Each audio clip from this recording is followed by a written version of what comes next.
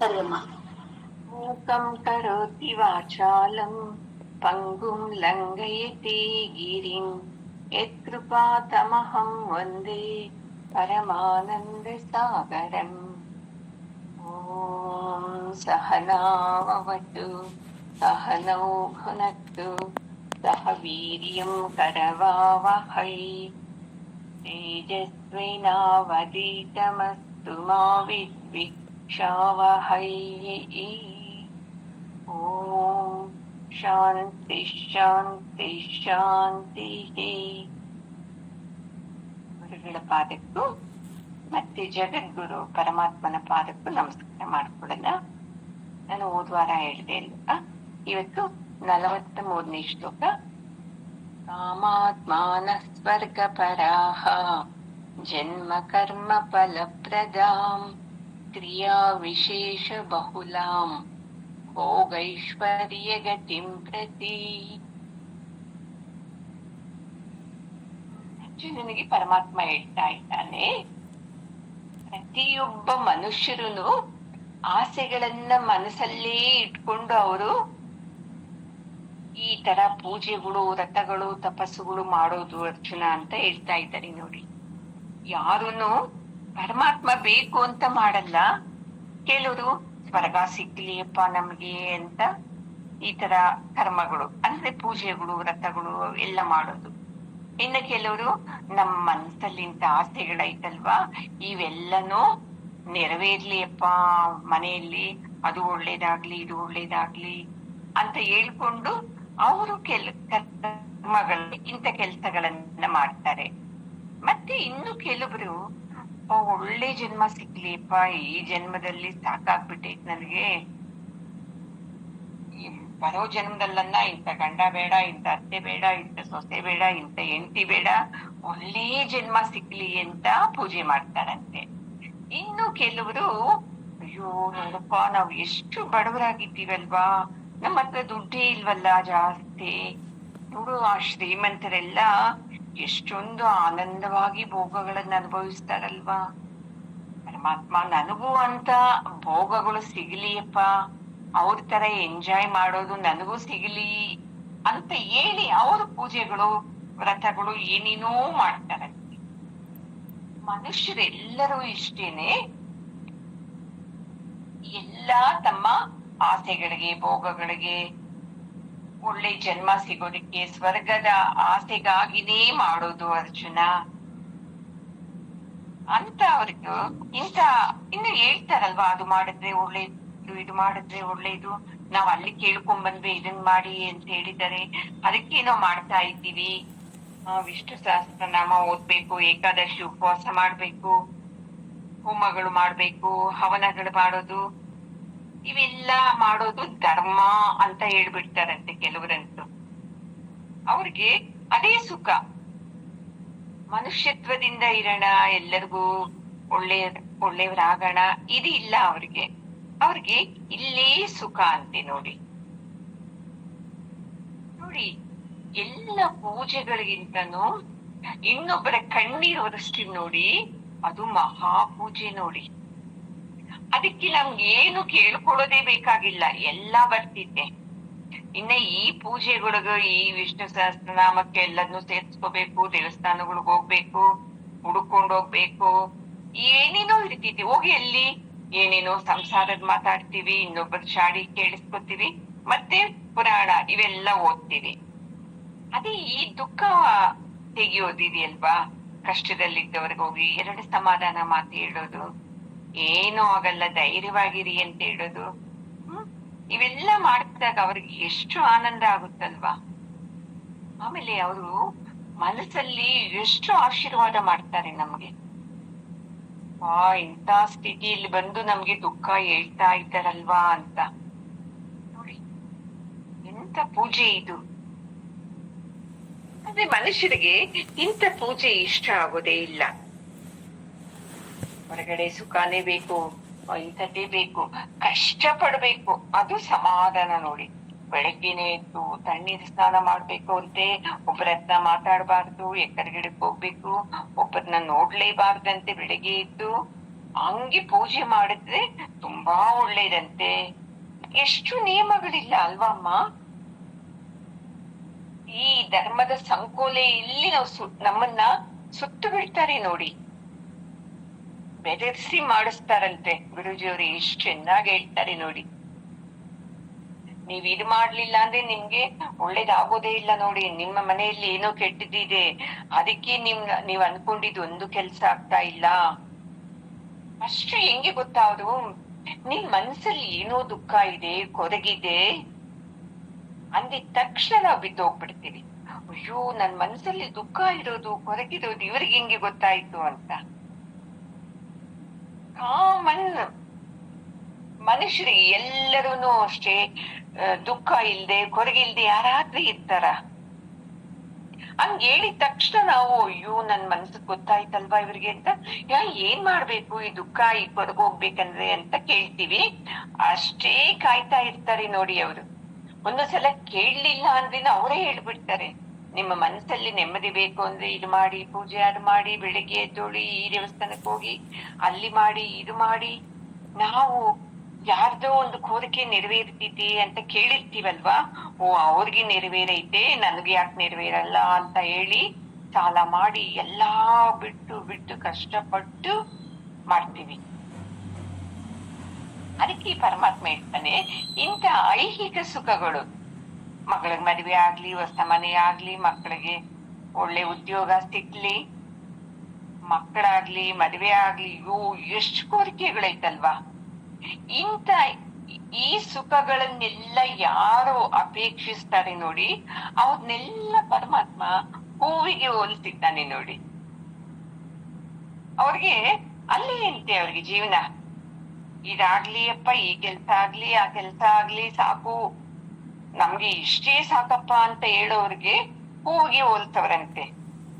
ಅವರು ಹಣ್ಣು ಅಪೇಕ್ಷೆ ಪಡೋದೇ ಇಲ್ಲಂತೆ ನೋಡಿ. ಅಯ್ಯೋ ಈ ಕೆಲ್ಸ ಆದ್ರೆ ಸಾಕಪ್ಪ ಅಂತ.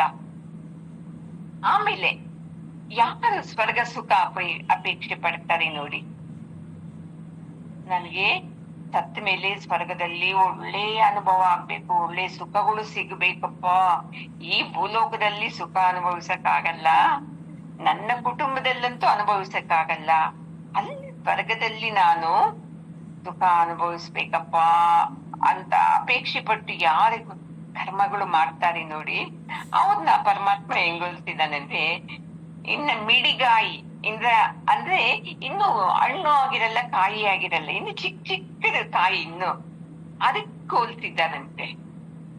ಅವ್ರಿಗೆ ಅಷ್ಟೇ ಸಾಕಂತೆ, ಅಪ್ಪ ಇದು ಹಣ್ಣಾದಾಗ ತಿಂದ್ರೆ ಸಾಕು, ಸುಖ ಸಂತೋಷ ಸಿಕ್ಬಿಡ್ತಿದೆ ಅಂತ ಅದೇ ಇಟ್ಕೊಂಡ್ಬಿಟ್ಟಿದಾರಂತೆ. ಅಲ್ಲಿಗೆ ಅವರು ತೃಪ್ತಿ.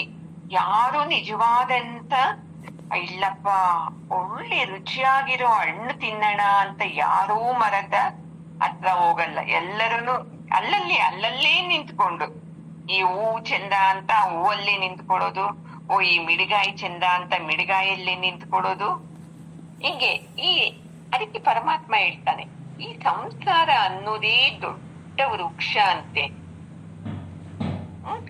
ನಾವು ಈ ಸಂಸಾರ ಅನ್ನೋ ದೊಡ್ಡ ವೃಕ್ಷದಲ್ಲಿ ಸುಖಾನ ಪಡೆಯೋಕೆ ನಾವು ಒದ್ದಾಡ್ತಾ ಇದ್ದೀವಂತೆ.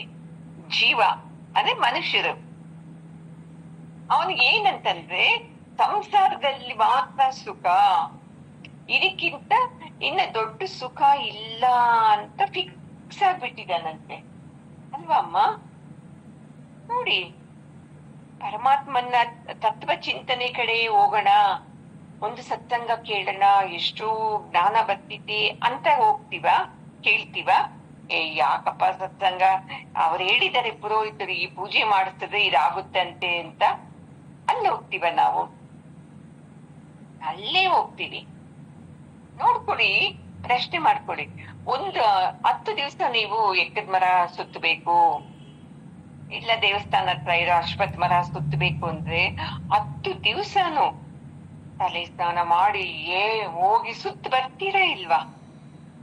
ಅದು ಮನುಷ್ಯನ ಗುಣ. ಅದು ಎಲ್ಲರೂ ಆಯ್ತು ಆಯ್ತು ಅಂತ ಮಾಡ್ತಾರೆ.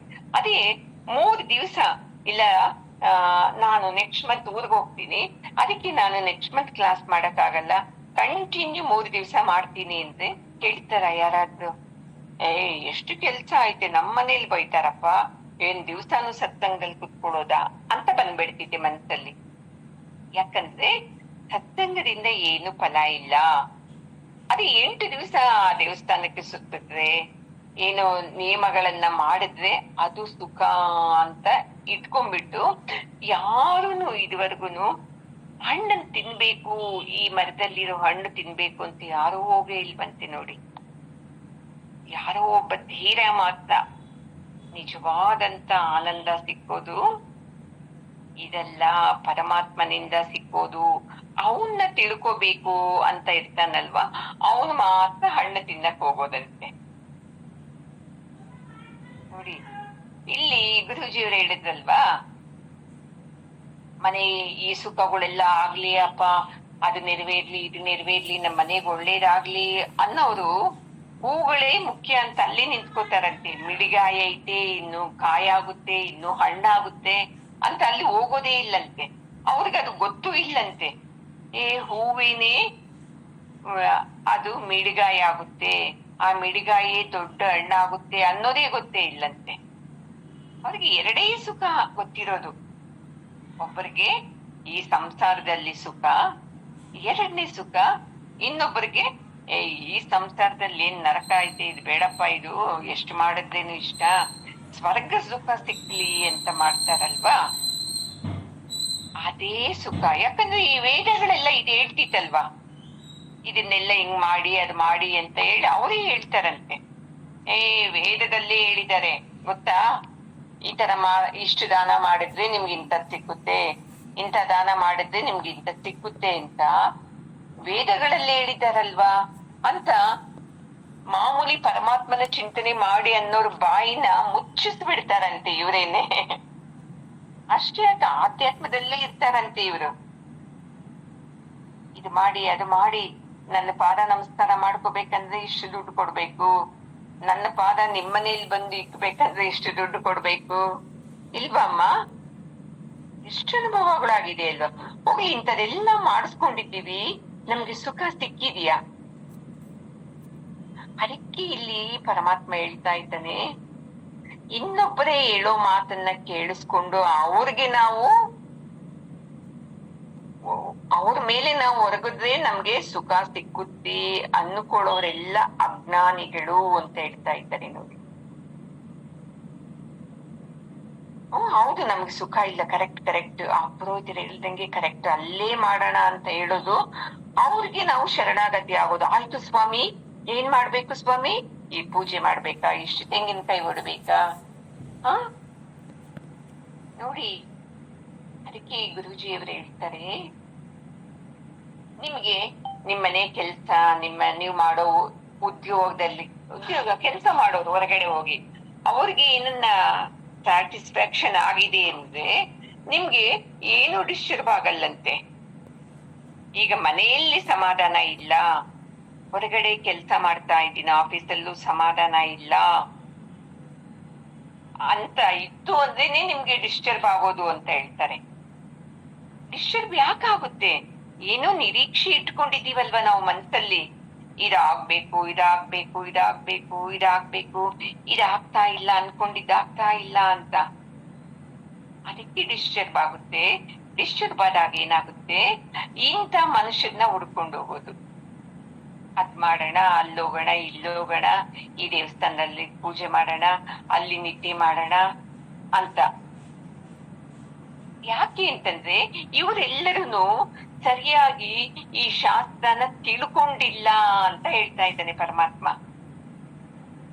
ಸರಿಯಾಗಿ ಸತ್ಸಂಗ ಕೇಳಿಲ್ಲ, ಮತ್ತೆ ವೇದಗಳನ್ನೆಲ್ಲ ತಪ್ಪಾಗಿ ಅರ್ಥ ಮಾಡ್ಕೊಂಡ್ಬಿಟ್ಟಿದ್ದಾರೆ. ಅದಕ್ಕೆ ಅವರು ಈ ತರ ಎಲ್ಲಾ ತಮ್ಮ ಆಸೆಗಳಿಗೋಸ್ಕರ ಏನೇನೋ ಮಾಡ್ತಾ ಇದ್ದಾರೆ. ಅರ್ಜುನ ಅಂದ್ರೇನು, ಯಾರೂ ನೆಮ್ಮದಿಯಾಗಿಲ್ಲ ನೋಡಿ. ಕೊನೆಯಲ್ಲಿ ಈ ಮಾತು ಹೇಳಿಬಿಟ್ಟ ಪರಮಾತ್ಮ. ನೋಡ್ಕೊಳ್ಳಿ, ನಮ್ಮನ್ನ ನಾವೇ ನೋಡ್ಕೊಂಡಿದ್ರೆ ಗೊತ್ತಾಗುತ್ತೆ. ಒಳ್ಳೇದಾಗ್ಲಿ, ನೆಮ್ಮದಿ ಸಿಕ್ಲಿ, ಮನೆಯಲ್ಲಿ ಏನೋ ನೆಗೆಟಿವ್ ಗುಣ ಐತೆ, ವಾಸ್ತು ಸರಿ ಇಲ್ಲ ಅಂತ ಏನೇನೋ ಮಾಡ್ತಾ ಇದ್ದೀವಲ್ವಾ, ಎಲ್ಲನೂ ಮಾಡ್ತಿದ್ದೀವಿ. ಅಂದ್ರೇನು ನೆಮ್ಮದಿಯಾಗಿದ್ದೇವಾ? ಇಲ್ಲ. ಅದಕ್ಕೆ ಹೆಂಗೆ ಗೊತ್ತಾ, ನಿಮ್ಗೆಲ್ಲಾ ಒಳ್ಳೇದಾಗುತ್ತಪ್ಪ ಇದು ಮಾಡುತ್ತೆ ಅಂದ ತಕ್ಷಣ ನಾವು ಅವ್ರ ಕಾಲಿಗೆ ಬಿದ್ದು ಬಿಡ್ತೀವಂತೆ. ಅದಕ್ಕೆ ಬಸವಣ್ಣನವರು ಅದನ್ನ ವಿರೋಧ ಮಾಡಿದ್ರಂತೆ ಅವಾಗ ಅವರು, ಇಲ್ಲೆಲ್ಲ ನೀವು ಮಾಡೋದು ಅಂತ ಹೇಳ್ಬಿಟ್ಟು. ಈ ತರ ಅರ್ಜುನ ಎಲ್ಲರನ್ನು ಏನ್ ಮಾಡ್ತಾ ಇದ್ದಾರೆ, ವೇದಗಳನ್ನ ತಪ್ಪಾಗಿ ಅರ್ಥ ಮಾಡ್ಕೊಂಡ್ಬಿಟ್ಟು, ಈ ಅಧ್ಯಾತ್ಮವನ್ನ ತಪ್ಪಾಗಿ ಅರ್ಥ ಮಾಡ್ಕೊಂಡ್ಬಿಟ್ಟು, ಐಹಿಕ ಸುಖಗಳೇ ಸತ್ಯ ಅಂತ ಒಬ್ರು, ಇಲ್ಲ ಸ್ವರ್ಗ ಸುಖ ಸತ್ಯ ಅಂತ ಒಬ್ರು, ಈ ಇಬ್ರು ಫೈಟ್ ಮಾಡ್ಕೊಂಡು ಇಲ್ಲೇ ಜೀವನ ಕಳೀತಾ ಇದ್ದಾರೆ. ಅವರು ಆನಂದಕ್ಕೆ ಹೋಗ್ತಾನೆ ಇಲ್ಲ ಅರ್ಜುನ ಅಂತ ಹೇಳ್ತಾ ಇದ್ದಾರೆ ಪರಮಾತ್ಮ. ಈಗ 44ನೇ ಶ್ಲೋಕ. ಭೋಗೈಶ್ವರ್ಯ ಪ್ರಸಕ್ತಾನಾಂ ತಯಾಪಹೃತ ಚೇತಸಾಂ ವ್ಯವಸಾಯಾತ್ಮಿಕ ಬುದ್ಧಿ ಸಮಾಧೌ ನ ವಿಧೀಯತೆ.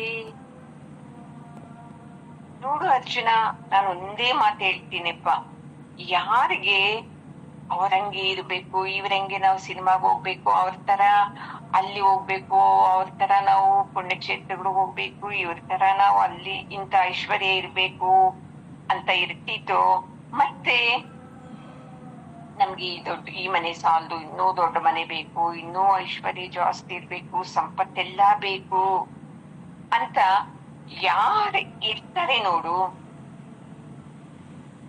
ಅವರ ಬುದ್ಧಿ ಯಾವತ್ತು ನೆಟ್ಟಗಿರಲ್ಲ ಅಂತ ಹೇಳ್ಬಿಡ್ತಾ ಇದ್ರು, ದೃಢವಾಗಿರೋದೇ ಇಲ್ಲ ಅಂತ ಹೇಳ್ಬಿಟ್ಟು ನೋಡಿ ಅಲ್ವಮ್ಮ. ನಾನು ಒಂದ್ಸಲ ಬಸ್ಸಲ್ಲಿ ಓದಿದ್ದೆ, KSRTC ಬಸ್ಸಲ್ಲಿ. ನಮ್ಮ ಹತ್ರ ಏನೈತೋ ಅದರಲ್ಲಿ ತೃಪ್ತಿ ಕಾಣ್ಬೇಕಂತೆ. ನಾವೇನ್ ಮಾಡ್ತೀವಿ, ನಮ್ಮ ಹತ್ರ ಏನ್ ಇಲ್ವೋ ಅದು ಬೇಕು ಅಂತ ನಾವು ಹೋರಾಟ ಮಾಡ್ತಾನೇ ಇದ್ದೀವಂತೆ. ನಾವು ಅದ್ರಲ್ಲಿ ತೃಪ್ತಿ ಕಾಣ್ತಾನೆ ಇಲ್ವಂತೆ, ಇರೋದನ್ನ ನೋಡಿ ತೃಪ್ತಿ ಪಡಿತಾ ಇಲ್ವಂತೆ. ಹಂಗೆ ಅಲ್ವಾ ಮನುಷ್ಯನ ಗುಣ, ಏನಿಲ್ವೋ ಅದನ್ನ ನೋಡ್ಬಿಟ್ಟು ನಾವ್ ಹಂಗಿರ್ಬೇಕಾಗಿತ್ತು ನೋಡು, ಅವ್ರು ಎಷ್ಟು ಚೆನ್ನಾಗ್ ಕಾರಲ್ಲಿ ಓಡಾಡ್ತಾರೆ, ಎಂತೆಂತ ಹೋಟೆಲ್ಗೆ ಹೋಗ್ತಾರೆ, ಹೆಂಗಿದ್ದಾರೆ ಅಂತ ಭೋಗಗಳು ನಮ್ಗೆ ಇಲ್ವಲ್ಲಪ್ಪ ಅಂತ ಒದ್ದಾಡೋದು. ಅವರು ಕೇಳಿ ಮೇಲ್ನೋಟಕ್ಕೆ ಅವರು ಹೋಟೆಲ್ಗೆ ಹೋಗೋದು, ಸುತ್ತಾಡೋದು ಮಾಡ್ಬೋದು, ಮನ್ಸಲ್ಲಿ ಒಬ್ಬರ ಮೇಲೊಬ್ಬರಿಗೆ ಎಲ್ಲರಿಗೂ ಎಲ್ಲ ಹೇಳ್ತಾ ಇರೋದು ಸಾಮಾನ್ಯವಾಗಿ. ಒಬ್ಬರ ಮೇಲೊಬ್ಬರಿಗೆ ಪ್ರೀತಿ ಇರಲ್ಲ, ಏನೇನೋ ಇರ್ತೈತಿ, ನಾವು ಅದನ್ನ ಗಮನಿಸಲ್ಲ. ನಮ್ಮ ಮನೆಯಲ್ಲಿ ಎಲ್ಲರೂ ನನ್ನ ಎಷ್ಟು ಪ್ರೀತಿ ಮಾಡ್ತಾರೆ, ಸುಖ ಸಂಸಾರ, ನಂದು ಚಿಕ್ಕ ಸಂಸಾರ, ಎಲ್ಲರೂ ಒಗ್ಗಟ್ಟಾಗಿದ್ದೀವಿ, ಇದನ್ನ ಗಮನಿಸಲ್ಲ. ಅವ್ರ ಕಾರಲ್ಲಿ ಹೋಗ್ತಾರೆ, ಅವ್ರ ಎಷ್ಟೊಂದು ಫಿಲಿಮ್ಗೆ ಹೋಗ್ತಾರೆ, ಎಂತೆಂತದ್ ಹಾಕೋತಾರೆ, ಅಂತ ಭೋಗಗಳು ನಮ್ಗಿಲ್ಲ ಅನ್ನೋದು ಅಲ್ವಮ್ಮ. ಮತ್ತೆ ಅವರಷ್ಟು ಐಶ್ವರ್ಯ ನಮ್ಗಿಲ್ಲ ಅನ್ನೋದು. ನಮ್ದು ಕಣ್ಣು ಇನ್ನು ಕೆಳಗಡೆಗೆ ಬಂದೇ ಇಲ್ಲ ನೋಡಿ. ಏನ್ ಕಣ್ಣು? ಜ್ಞಾನದ ಕಣ್ಣು. ನಮ್ದು ಎಲ್ಲಿ ನೋಡ್ತಾ ಐತೆ, ನಮಗಿಂತ ದೊಡ್ಡವ್ರನ್ನ ನೋಡ್ಕೊಂಡೇ ನಾವು ಅವ್ರಿಗೂ ನಮಗೂ ಹೋಲಿಕೆ ಮಾಡ್ಕೋತಾ ಇದ್ದೀವಿ.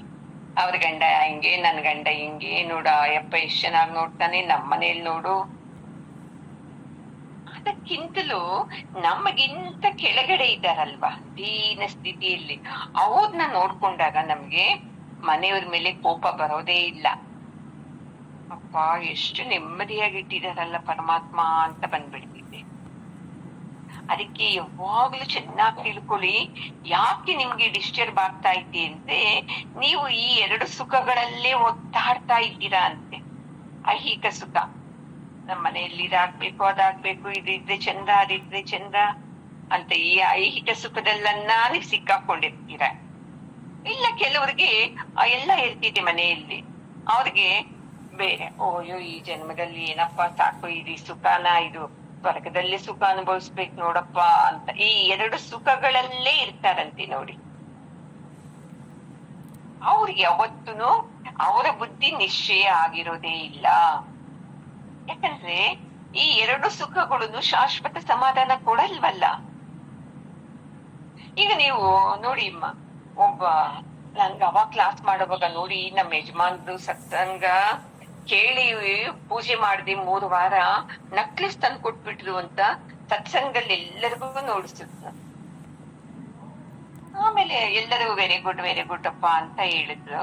ಆಮೇಲೆ 1 ತಿಂಗಳಾದ್ಮೇಲೆ ಏನಕ್ ತಗೊಂಡೋ ಏನೋ ನಕ್ಲೆಸ್ನ ನಮ್ಮ ಯಜಮಾನ್ರು ಕುಡಿಯಕ್ ಅದನ್ನ ಅಡಬಿಟ್ಬಿಟ್ಟ ಅವನೇ ಅಂತ ಹೇಳಿದ್ರು. ನೋಡಿ, ಹೋದ್ ತಿಂಗಳಲ್ಲಿ ಏನ್ ಖುಷಿ ಆಗಿತ್ತಲ್ವ ನಕ್ಲೆಸ್, ಈ ತಿಂಗಳಲ್ಲಿ ಅಸಹ್ಯ ಆಗಿದೆ. ಅದಿದ್ದಕ್ಕೆ ತಾನೇ ನನ್ ಗಂಡ ಕುಡಿಯೋದು, ಅದಕ್ಕೆ ತಾನೇ ಅದನ್ನ ಅಡಬಿಟ್ಬಿಟ್ಟು ಬಂದು ಕುಡಿತಾ ಇರೋದು ಅಂತ ಅಲ್ವಾ ಅಮ್ಮ? ಈ ತರ ಐಹಿಕ ಸುಖಗಳು ಸಮಾಧಾನ ಕೊಡೋದು ಇಲ್ಲ. ಇನ್ನು ಸ್ವರ್ಗ ಸುಖ, ಸ್ವರ್ಗ ಅಂತೀವಲ್ವಾ, ಸ್ವರ್ಗಕ್ಕೆ ಹೋದ್ಮೇಲೆ ನಾವ್ ಏನು ಪುಣ್ಯ ಮಾಡಿದ್ದೀವೋ ಅಷ್ಟೇ ಸುಖ ಅನುಭವಿಸೋದಲ್ಲಿ. ಅದಾದ್ಮೇಲೆ 1 ಕ್ಷಣ 1 ಸೆಕೆಂಡ್ ನಮ್ಮನ್ನಲ್ಲಿ ಇಟ್ಕೊಳ್ಳೋದೇ ಇಲ್ಲ. ಇಲ್ಲಪ್ಪ ನಾವು ಸ್ವರ್ಗದಲ್ಲಿ ಇರ್ತೀವಿ ಅಂದ್ರೆ ಒದ್ದು ಮತ್ತೆ ಕಳಿಸ್ತಾರೆ ಕೆಳಕ್ಕೆ. ಎಲ್ಲಿಗೆ? ಮತ್ತೆ ಯಾವ್ದೋ ನಮ್ಮ ಒಂದು ತಾಯಿ ಗರ್ಭದಕ್ಕೆ ಬಂದು ಬಿದ್ದು ಬಿಡ್ತೀವಿ, ಮತ್ತೆ ಜನನ. ಈ ತರ ಎರಡೂನು ಸಮಾಧಾನ ಇಲ್ಲದೆ ಇರೋದೆ. ಯಾಕಂತ ಅದನ್ನೆಲ್ಲ ಅಪೇಕ್ಷೆ ಪಡ್ಬೇಕು ಅಂತ ಕೇಳ್ತಾ ಇದ್ದಾರೆ ನೋಡಿ. ಇವೆಲ್ಲ ಸತ್ಸಂಗ ಕೇಳ್ತಾ ನಿಮ್ಮಲ್ಲಿ ಘರ್ಷಣೆ ಆಗ್ಬೇಕಂತೆ. ಗುರೂಜಿ ನನ್ಗೆ ಹೇಳಿದ್ ಮಾತಿದು ಹೌದಲ್ವಾ? ಸಂಸಾರಕ್ಕೆ ನಾನು ಹಿಂಗೆ ಹಿಡ್ಕೊಂಡ್ಬಿಟ್ಟಿದೀನಲ್ವಾ, ಯಾವಾಗ್ ನೋಡು ಮಕ್ಕಳು ಗಂಡ ಸಂಸಾರ ಇದು ಬಿಟ್ಟು ಪರಮಾತ್ಮ ಅಂತ ನಾನು ಯೋಚನೆನೇ ಮಾಡ್ತಾ ಇಲ್ವಲ್ಲ ಅಂತ ಘರ್ಷಣೆ ಆಗಿ ಡಿಸ್ಟರ್ಬ್ ಆಗ್ಬೇಕು ನೋಡಿ. ಈ ವಿಷಯದಲ್ಲಿ ಮನಸ್ಸು ನಮ್ಗೆ ಯಾವ ವಿಷಯದಲ್ಲಿ ಘರ್ಷಣೆ ಆಗ್ತಿದೆ? ನನ್ ಗಂಡ ಮಕ್ಕಳ ವಿಷಯದಲ್ಲಿ ಆಗುತ್ತೆ, ಪರಮಾತ್ಮನ ವಿಷಯದಲ್ಲಿ ಘರ್ಷಣೆ ಆಗ್ತಾ ಇದೆಯಾ? ಅವನ್ನ ತಿಳ್ಕೋಬೇಕು, ನಾನು ಅವನ್ನ ಅರ್ಥ ಮಾಡ್ಕೋಬೇಕು. ಆಯ್ತು, ಇಷ್ಟು ವಯಸ್ಸಾಗೈತಿ, ಇನ್ನೂ ಸಂಸಾರದಲ್ಲಿ ರಮಿಸ್ತಾ ಇದ್ದೀನಲ್ವಾ ಅಂತ. ಮತ್ತೆ ನೀವು ಸಂಸಾರ ಅಂದ್ರೆ ಗಂಡ ಹೆಂಡತಿ ಮಕ್ಕಳು ಅಂತಾನು ಅನ್ಕೋಬಹುದು. ಸಂಸಾರ, ನಿಜವಾದ ಸಂಸಾರ ಅಂದ್ರೆ ಏನ್ ಗೊತ್ತಾ? ನಾನ್ ಹೆಂಗಸು, ನನ್ನ ಹೆಸರು ಇದು, ನಾನಿನ್ ಗೃಹಿಣಿ, ನಾನಿಂತದು, ನಾನು ಅಂದವಾಗಿದ್ದೀನಿ, ನಾನು ಇಷ್ಟು ಓದಿದ್ದೀನಿ, ಇವೆಲ್ಲಾನು ಸಂಸಾರನೇ. ನಾನು ಜೀವ, ನಾನು ಮನುಷ್ಯ, ನಾನು ಪರಮಾತ್ಮ ಸ್ವರೂಪ ಅನ್ಕೊಳ್ಳೋದೇ ಇಲ್ಲ ನಾವು. ನಾನು ಜೀವ, ಇಂಥ ತಾಯಿಯಲ್ಲಿ ಹುಟ್ಟಿದ್ದೇನೆ, ನಾನು ಗಂಡಸು ಹೆಂಗಸು, ಇವೆಲ್ಲಾನು ಸಂಸಾರನೇ. ಇಲ್ಲಿ ಸಿಕ್ಕಾಕೊಂಡು ನಾವೇನ್ ಮಾಡ್ತಾ ಇದ್ದೀವಿ ಅಂತಂದ್ರೆ, ಬರೀನ ಆ ಗಿಡದ ಹತ್ರ ಹೋಗೋದಂತೆ, ಆ ಹೂ ನೋಡೋದಂತೆ, ತುಂಬಾ ಖುಷಿ ಪಡೋದಂತೆ, ಏನ್ ಚೆನ್ನಾಗೈತೆ ಅಂತ. ನಿಜವಾದ ರುಚಿ ಇರೋದು ಹಣ್ಣಲ್ಲಿ ಅಂತ ಹಣ್ಣು ತಿನ್ನಕ್ ಹೋಗ್ತಾ ಇಲ್ಲಂತೆ. ಯಾಕಂತಂದ್ರೆ ನಾವು ಜೀವ, ಮನುಷ್ಯ ಎಂತವನು, ಹೂನೇ ಹಣ್ಣಂತ ತಿಳ್ಕೊಂಡ್ಬಿಟ್ಟವನಂತೆ. ಈ ತರ ಇದ್ದಾಗ ನಾವು ಮುಂದೆ ಹೋಗಕ್ ಸಾಧ್ಯನೇ ಇಲ್ಲ ಅಂತ ಹೇಳ್ತಾ ಇದ್ದಾರೆ ಪರಮಾತ್ಮ. ಹೋಗ್ಲಿ, ನೀವೇ ನೋಡಿ, ನಾವು ಈ ಭಗವದ್ಗೀತೆ ಕೇಳ್ತಾ ಇರೋದು ಹೆಂಗೆ ಕೇಳ್ತಾ ಇದ್ದೀವಿ? ನಮ್ಮ ಸಮಸ್ಯೆಗೆ ಸ್ವಲ್ಪ ಹೊತ್ತು ಮರ್ತೋಗ್ಬೋದಪ್ಪ ಈ ಸತ್ಸಂಗ ಕೇಳಿದ್ವಿ ಅಂತ ಕೇಳ್ತಾ ಇದ್ದೀವಾ? ಇಲ್ಲ, ಇದು ಧರ್ಮ ಗ್ರಂಥಪ್ಪ, ಇದನ್ನ ತಿಳ್ಕೋಬೇಕು, ಭಗವದ್ಗೀತೆಯನ್ನ ತಿಳ್ಕೋಬೇಕು ಅಂತ ಕೇಳ್ತಾ ಇದ್ದೀವ? ಇಲ್ಲ, ಒಂದ್ ಸ್ವಲ್ಪ ಹೊತ್ತು ಸಂಸಾರ ಸುಖದಿಂದ ಇಲ್ಲಿ ಇವ್ರ ಹತ್ರ ಮಾತಾಡಿದ್ರೆ, ಎಲ್ಲರೂ ಸೇರ್ಕೊಂಡು ಮಾತಾಡಿದ್ರೆ ಆನಂದ ಸಿಕ್ಕುತ್ತೆ ಅಂತ ಕೇಳ್ತಾ ಇದ್ದೀವ? ಈ ತರ 3 ಕ್ಯಾಟಗರಿಯಿಂದ ಕೇಳ್ಬೋದಂತೆ ಭಗವದ್ಗೀತೆಯಿಂದ. ನೋಡ್ಕೊಳ್ಳಿ, ನಾನು ಯಾವ ಕ್ಯಾಟಗರಿಯಲ್ಲಿದ್ದೀನಿ ಅಂತ. ಕೆಲವ್ರು ಹೇಳ್ತಾರೆ, ನಾನು 3 ವರ್ಷದಿಂದ ಕೇಳಿದ್ದೀನಿ, ಎಷ್ಟೆಲ್ಲ ಕೇಳಿದ್ದೀನಿ ಗೊತ್ತಾ ಭಗವದ್ಗೀತೆನ ಅಂತ. ಅಷ್ಟೇ ಗೊತ್ತು, ಕೇಳಿದ್ದೀನಿ ಅಷ್ಟೇ, ಒಳಕ್ಕೆ ಯಾವುದು ಹೋಗಿ ಇಲ್ಲ. ಹೋಗಿದ್ದಿದ್ದೆ ದುಃಖ ಪಡ್ತಾನೆ ಇರ್ಲಿಲ್ವಲ್ಲ ಅಲ್ವಮ್ಮ? ಎಷ್ಟು ಸಲ ಕೇಳಿದ್ರೇನು ಅದು ಫಿಕ್ಸ್ ಆಗ್ಬೇಕಲ್ವಾ? ಏನ್ ಹೇಳಿದ್ದಾರೆ ಗುರು, ಆ ಮಾತು ಒಳಗಡೆ ಫಿಕ್ಸ್ ಆಗ್ಬೇಕಲ್ವಾ? ಆ ಮಾತು ಫಿಕ್ಸ್ ಆಗದೆ ನೀವು ಆ ಮಾತುಗಳನ್ನ ಆಚರಣೆ ಮಾಡಿದ್ರೆ ಎಷ್ಟು ಕೇಳಿದ್ರೇನು ಏನ್ ಫಲ ಸಿಕ್ಕುತ್ತೆ ಅಲ್ವಮ್ಮ? ನೋಡಿ, ಈಗ ಗುರೂಜಿಯವರು ಸಾಧನ ಪಂಚಕ, ಇದು 3ನೇ ಸಲ ಶುರು ಮಾಡಿರೋದು. ಅದನ್ನ ಕೇಳ್ತಾ ಇದ್ದೀನಿ. ಯಾರ ಕೇಳಿದ್ರು? ಅಲ್ಲ, ಎಷ್ಟ್ ಸಲ ಕೇಳ್ತೀರಾ? ಕೇಳಿದ್ದೀರಲ್ವಾ? 1 ಸಲ 2 ಸಲ ಪುಸ್ತಕನ ಬರ್ದಿದ್ದೀರಲ್ವಾ ಅಂತ. ಅಮ್ಮ ಸತ್ಸಂಗ 50 ಸಲ ಕೇಳಿದ್ರೇನು ಆನಂದ ಕೊಡ್ತಿದ್ದೆ ಅಂತ ಹೇಳಿದೆ ನಾನು. ಒಂದೇ ವಿಷಯದ ಬಗ್ಗೆ ಒಂದೇ ಮಾತು ಹೇಳ್ತಾರ. ನಮ್ಮ ಮನಸ್ಸು ಬೆಳೆದಂತೆ ಒಂದೊಂದು ಸಲ ಒಂದೊಂದು ಅರ್ಥ ಆಗುತ್ತೆ ನಮ್ಗೆ. ತೆಲುಗು ಭಗವದ್ಗೀತೆನ ಬೇಡಪ್ಪ, ನಾನು ಕನ್ನಡದ ಕೇಳ್ತಾ ಇದ್ದೀನಲ್ಲ ಸಾಕು ಅಂತ. ಕನ್ನಡದ ಇನ್ನೊಂದ್ಸಲ ಮಾಡಿದ್ರೆ ಕೇಳಿದ್ದೀನಲ್ವಾ ಸಾಕು ಅನ್ನೋದು ಮನಸ್ಸಿನ ಗುಣ. ಇದು ಕೇಳಿದ್ದೀವಿ ಅಲ್ಲ, ಎಷ್ಟು ಕೇಳಿದ್ದೀಯಾ ಅಲ್ಲ, ಎಷ್ಟು ನಿನ್ನ ಹಿಡ್ಕೊಂಡು ಅದ್ರ ತರ ಜೀವನ ಮಾಡ್ತಾ ಇದ್ದೀರಾ ಅನ್ನೋದು ಮುಖ್ಯ ಅಲ್ವಾ. ಅದಕ್ಕೆ ಈ ತರ ಎಲ್ಲಾ ಒದ್ದಾಡ್ತಾ ಇದ್ದಾರೆ ಅರ್ಜುನ. ಅವ್ರಿಗೆ ಇದು ತಿಳ್ಕೋಬೇಕು, ಪರಮಾತ್ಮನ ಸ್ವರೂಪ ತಿಳ್ಕೋಬೇಕು, ನಾನು ಯಾರು ತಿಳ್ಕೋಬೇಕು ಅಂತ ಯಾರಾದ್ರೂ ಭಗವದ್ಗೀತೆ ಕೇಳ್ತಾ ಇದ್ದೀವಾ? ಇಲ್ಲ. ಅದಕ್ಕೆ ಏನ್ ಚೆನ್ನಾಗಿ ಹೇಳ್ತಾರೆ, ಸುಮ್ನೆ ಗೀತೆನ ಕೇಳ್ತಾ ಇದ್ದಾರೆ ಅಂದ್ರೆ ಏನೋ ಕೇಳಿಸ್ಕೊತಾ ಇದ್ದಾರೆ ಅಷ್ಟೇ. ಅವರು ಶ್ರವಣ ಅಷ್ಟೇ ಅಂತೆ, ಕೇಳಿಸ್ಕೊಳ್ಳೋದಷ್ಟೇ ಅಂತೆ. ಅವರು ಮನನ ಮಾಡಲ್ಲಂತೆ. ಯಾಕೆಂದ್ರೆ ಅಯ್ಯೋ ಸಂಸಾರದ್ದೇ ಎಷ್ಟೊಂದೈತಿ, ಸಂಸಾರದ ಬಿಟ್ಟು ಇನ್ನು ಈ ಸತ್ಸಂಗದಲ್ಲಿ ಹೇಳಿದ್ದನ್ನ ಎಲ್ಲಿ ಮನನ ಮಾಡಕ್ಕಾಗುತ್ತೆ ಅಂತ ಹೇಳ್ತಾರಂತೆ. ನೋಡಿ ಇಷ್ಟು ಚೆನ್ನಾಗಿ ಹೇಳ್ತಾರಂತೆ. ಇವರೆಲ್ಲಾ ಊದತ್ತಾನೆ ನಿಂತ್ಕೊಳ್ಳೋರು ಅಂತ ಹೇಳ್ತಾ ಇದ್ದಾರೆ ಗುರುಜಿಯವರು. ಅದರ ಆಚೆ ಯಾರು ಭಗವದ್ಗೀತೆ ಸಾರ ಎಲ್ಲ ತಿಳ್ಕೊಂಡು ಅದನ್ನ ಅನುಭವಿಸಿ ಆಚರಣೆ ತಂದು ಓಹೋ ನಿಜವಾದಂತ ಆನಂದ ಅಲ್ಲಿ ಪರಮಾತ್ಮನತ್ರ ಇದೆ, ಅವನ್ನ ತಿಳ್ಕೋಬೇಕು ಅಂತಾರೆ ನೋಡಿ. ಅದೇ ಹಣ್ಣು ನೋಡಿ. ಅದಕ್ಕೆ ಗುರೂಜಿ ಹೇಳ್ತಾರೆ, ಈ ಗೀತೆ ಭಗವದ್ಗೀತೆ ಎನ್ನುವುದು ಸಮುದ್ರ ಇದ್ದಂಗೆ ಅಂತೆ. ಈ ಸಮುದ್ರ ಹೆಂಗಿರ್ತೈತೆ? ಉಪ್ಪು ನೀರು ಕುಡಿಯಕ್ಕಾಗುತ್ತಾ? ಅದಕ್ಕೆ ಆ ಸಮುದ್ರವನ್ನ ನಾವು ಈಜ್ಕೊಂಡು ಹೋಗ್ಬೇಕಂತೆ. ಅವಾಗ ನೋಡಪ್ಪ ನಿಮ್ಗೇನ್ ಸಿಕ್ಕುತ್ತೆ? ಮುತ್ತಿನ ಆಗರ ಸಿಕ್ತಿದಂತೆ ಸಮುದ್ರನ. ಈ ಉಪ್ಪಾಗಿದ್ದ ಸಮುದ್ರ ಅನ್ನೋ ಭಗವದ್ಗೀತೆನ ಎಲ್ಲಾ ಕೇಳಿ ಕೇಳಿ ಕೇಳಿ ಮನಸ್ಸು ಪಕ್ವ ಆಗಿ ಆ ಕಡೆ ಹೋದಾಗ ನಿಮ್ಗೆ ಏನ್ ಸಿಕ್ಕುತ್ತೆ? ಮುತ್ತಿನ ಅರಮನೆನೆ ಸಿಕ್ಕುತ್ತಂತೆ. ನೋಡಿ ನಾವೇನ್ ಮಾಡ್ತಾ ಇದ್ದೀವಿ, ಈ ಐಹಿಕ ಜೀವನನೇ ಸತ್ಯ ಅಂತ ದಡದಲ್ಲಿ ನಿಂತ್ಕೊಂಡ್ಬಿಟ್ಟು ತೆರೆಗಳನ್ನ ನೋಡಿ ಆಹಾ ಏನ್ ಚೆನ್ನಾಗೈತೆ, ಸಮುದ್ರದ ತೆರೆಗಳು ಬರ್ತಿದ್ದೆ ಹೋಗ್ತಿದ್ದೆ ಅಂತ ಆನಂದ ಪಡ್ತೀವಂತೆ. ಇನ್ನ ಕೆಲವರು ಸ್ವಲ್ಪ ಮುಂದೆ ಹೋಗ್ತಾರಂತೆ, ಏನ್ ಚೆನ್ನಾಗೈತಪ್ಪ ಅಲೆಗಳು ಮೈ ಮೇಲೆ ಬಿದ್ದಾಗ ಅಂತ.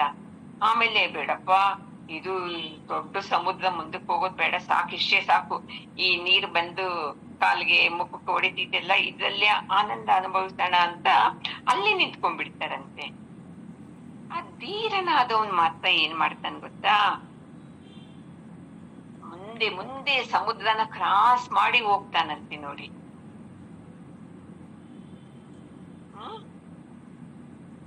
ಅವನಿಗೆ ಮಾತ್ರ ಮುತ್ತಿನ ಆಗರ ಸಿಕ್ಕುತ್ತಂತೆ. ಈ ತರ ಉಪಾಸನೆಗಳನ್ನೇ ಮಾಡ್ತಾ ಪದಗಳಲ್ಲೇ ನಿಂತ್ಕೊಂಡು ವೇದನ ತಪ್ಪಾಗಿ ಅರ್ಥ ಮಾಡ್ಕೊಂಡ್ಬಿಟ್ಟಿದ್ದಾರೆ ಅರ್ಜುನ. ಇಂಥವ್ರ ಬುದ್ಧಿ ನಿಶ್ಚಯವಾಗಿರಲ್ಲ.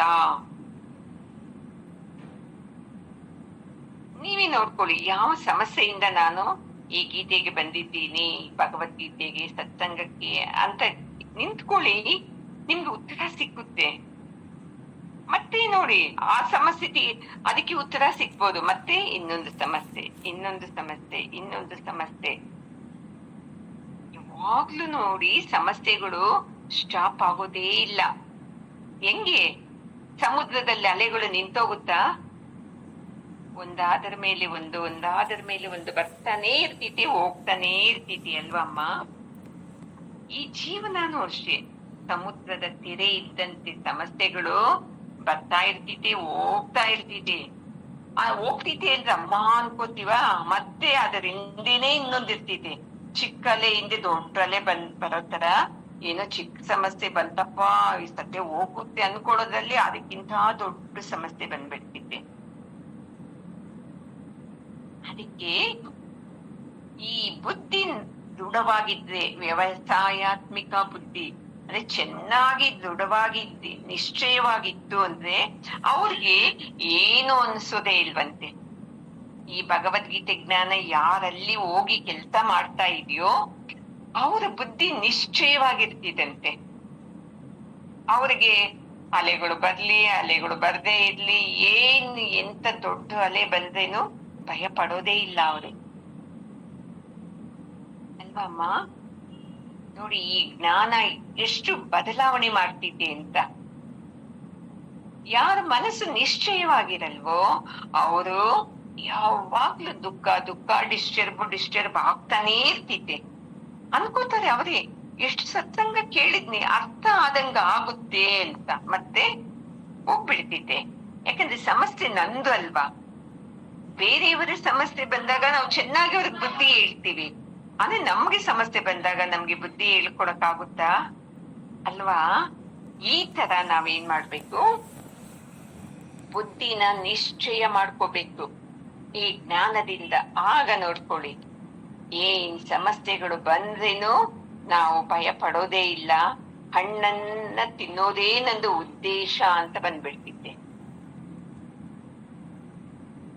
ಈ ತರ ತಿಳ್ಕೊಂಡಿದ್ದವ್ರು ಮಾತ್ರ ಆನಂದವಾಗಿರ್ತಾರೆ.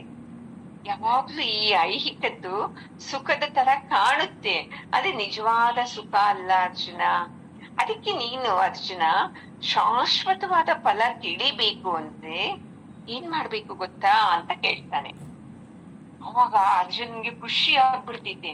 ಹೌದಾ, ಶಾಶ್ವತವಾದ ಫಲ ತಿಳಿಬೇಕಂದ್ರೆ ಇನ್ನೇನೈತೆ ಅಂತ ಕೇಳಿದಾಗ ಆವಾಗ ಪರಮಾತ್ಮ ಹೇಳ್ತಾರೆ ಏನಂತ, ನೈಗುಣ್ಯ ವಿಷಯ ವೇದ ನಿಸ್ತೈಗುಣ್ಯೋ ಭವಾರ್ಜುನ ನಿರ್ದ್ವಂದ್ವೋ ನಿತ್ಯ ಸತ್ಪಸ್ಥಃ ನಿರ್ಯೋಗ ಕ್ಷೇಮ ಆತ್ಮವಾನ್. ಇದು 3 ಗುಣಗಳ ಬಗ್ಗೆ ಹೇಳ್ತಾ ಇದ್ದಾನೆ ಪರಮಾತ್ಮ. ಸಾತ್ವಿಕ, ರಾಜಸಿಕ, ತಾಮಸಿಕ ಗುಣಗಳ ಬಗ್ಗೆ.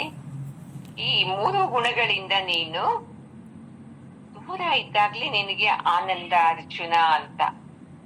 ಇದು ಇಷ್ಟು ಬೇಗ ಅರ್ಥ ಆಗಲ್ಲ, ನೆಕ್ಸ್ಟ್ ಕ್ಲಾಸ್ ಅಲ್ಲಿ ಏನು ಹಂಗಂದ್ರೆ ಅಂತ ತಿಳ್ಕೊಳ್ಳೋಣ. ಪೂರ್ಣಮದ ಪೂರ್ಣಮಿದಂ ಪೂರ್ಣಾತ್ ಪೂರ್ಣಮುದಚ್ಯತೆ ಪೂರ್ಣಸ್ಯ ಪೂರ್ಣಮಾದಾಯ ಪೂರ್ಣಮೇವಾವಶಿಷ್ಯತೆ. ಓಂ ಶಾಂತಿ ಶಾಂತಿ ಶಾಂತಿ. ಹರಿ ಓಂ. ಶ್ರೀ ಗುರುಭ್ಯೋ ನಮಃ. ಹರಿ ಓಂ. ಗುರುಗಳ ಪಾದಕ್ಕೆ, ಜಗದ್ಗುರು ಕೃಷ್ಣನ ಪಾದಕ್ಕೂ ನಮಸ್ಕಾರ ಮಾಡ್ಕೊಳ್ಳೋಣ.